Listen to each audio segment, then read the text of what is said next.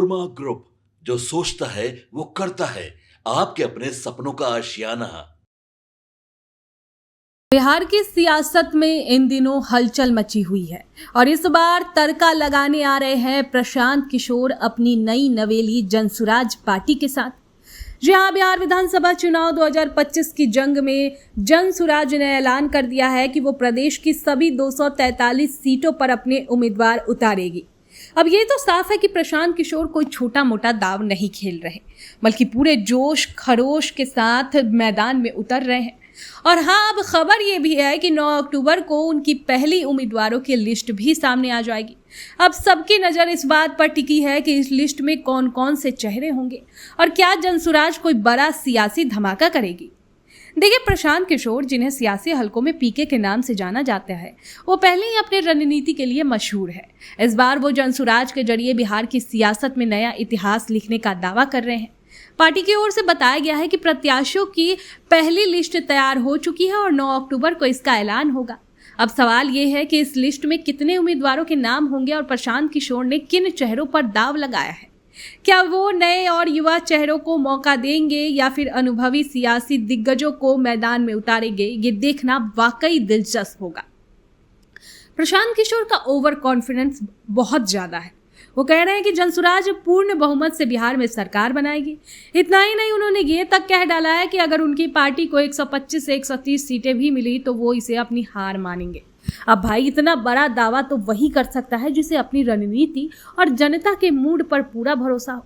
लेकिन सवाल अब ये है कि क्या पीके का ये दाव कामयाब होगा या फिर बिहार की सियासत में पुराने खिलाड़ी उन्हें पटकनी दे देंगे। 9 अक्टूबर को जनसुराज की पहली लिस्ट सामने आएगी तो सबकी नजरें इस बात पर होगी कि प्रशांत किशोर ने किन चेहरों को चुना है। क्या उनकी लिस्ट में कोई ऐसे नाम होंगे जो पहले किसी बड़ी पार्टी जैसे बीजेपी, जदयू, आरजेडी या कांग्रेस का हिस्सा हो। खबर की माने तो पूर्व केंद्रीय मंत्री आरसीपी सिंह जैसे बड़े चेहरों ने जनसुराज का दामन थाम लिया है। ऐसे में ये कयास लगाया जा रहा है कि प्रशांत अपनी पार्टी के लिए कुछ दमदार और अनुभवी नेताओं का दाव खेल सकते हैं। साथ ही जनसुराज की रणनीति में ये भी देखने वाली बात होगी कि क्या वो युवा और नए चेहरों को मौका देती है या नहीं। देखिए, एक तरफ जनसुराज अपनी तैयारियों में जोर शोर से जुटी हुई है, वहीं बिहार की सियासत में दो बड़े खेमे एनडीए और इंडिया गठबंधन अभी तक सीटों के बंटवारे को लेकर चुप्पी साधे हुए है। चर्चा ये थी कि नवरात्रि के दौरान दोनों गठबंधन अपनी अपनी सीट शेयरिंग का ऐलान कर देंगे, लेकिन अभी तक इस मोर्चे पर कोई ठोस खबर नहीं आई है। लेकिन अब देखना यह भी दिलचस्प होगा कि एनडीए और इंडिया गठबंधन कब तक अपने पत्ते खोलते हैं और कौन सी सीट पार्टी कितनी सीटों पर लड़ेगी। एनडीए में बीजेपी और जदयू के बीच सीटों का बंटवारा कैसे होगा और इंडिया गठबंधन में आरजेडी, कांग्रेस और अन्य सहयोगी दलों का क्या समीकरण बनेगा, ये सवाल अभी हवा में है। बिहार की सियासत में हमेशा से दो बड़े खेमों एनडीए और महागठबंधन का दबदबा है, लेकिन इस बार जनसुराज की एंट्री ने सियासी समीकरण को थोड़ा उलझा दिया है। प्रशांत किशोर की पार्टी अगर सभी 243 सीटों पर मजबूती से लड़ती है तो ये जंग त्रिकोणीय हो सकती है। खासकर उन सीटों पर जहां जनसुराज दमदार उम्मीदवार उतारेगी, वहां वोटों का बंटवारा एनडीए और इंडिया गठबंधन को नुकसान पहुंचा सकता है। प्रशांत किशोर की जनसुराज पार्टी की रणनीति सिर्फ उम्मीदवारों की लिस्ट तक सीमित नहीं है। वो बिहार में बदलाव की बात कर रहे हैं। उनका फोकस शिक्षा, रोजगार और विकास जैसे मुद्दे है, जो बार बार कहते हैं कि बिहार को पुरानी सियासत से बाहर निकालने की जरूरत है। और उनका पार्टी का दावा है कि वो नई सोच और नई ऊर्जा के साथ बिहार को तरक्की की राह पर ले जाएगी।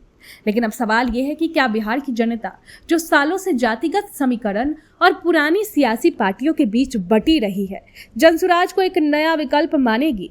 प्रशांत किशोर का दावा है कि उनकी पार्टी हर वर्ग, चाहे वो युवा हो, किसान हो या फिर महिलाएं, सभी को साथ लेकर चलेगी। लेकिन सियासत का मैदान इतना आसान नहीं होता दोस्तों, और एनडीए व इंडिया गठबंधन के पास पहले से ही मजबूत और वोट बैंक है। तो अब देखना यह होगा कि बिहार की सियासत में ये नया तूफान क्या क्या नया करता है। इस पर आपकी क्या राय है, कमेंट बॉक्स में हमें जरूर बताएं। आपके सपनों को हमने सजाया है, ई होम्स पैनोरामा को हमने बनाया है। ई होम्स मेरा एक सपना था जिसपे मैं पिछले 4 साल से काम कर रहा था।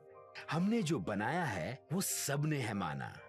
ई होम्स पैनोरामा में हो आपका भी आशियाना।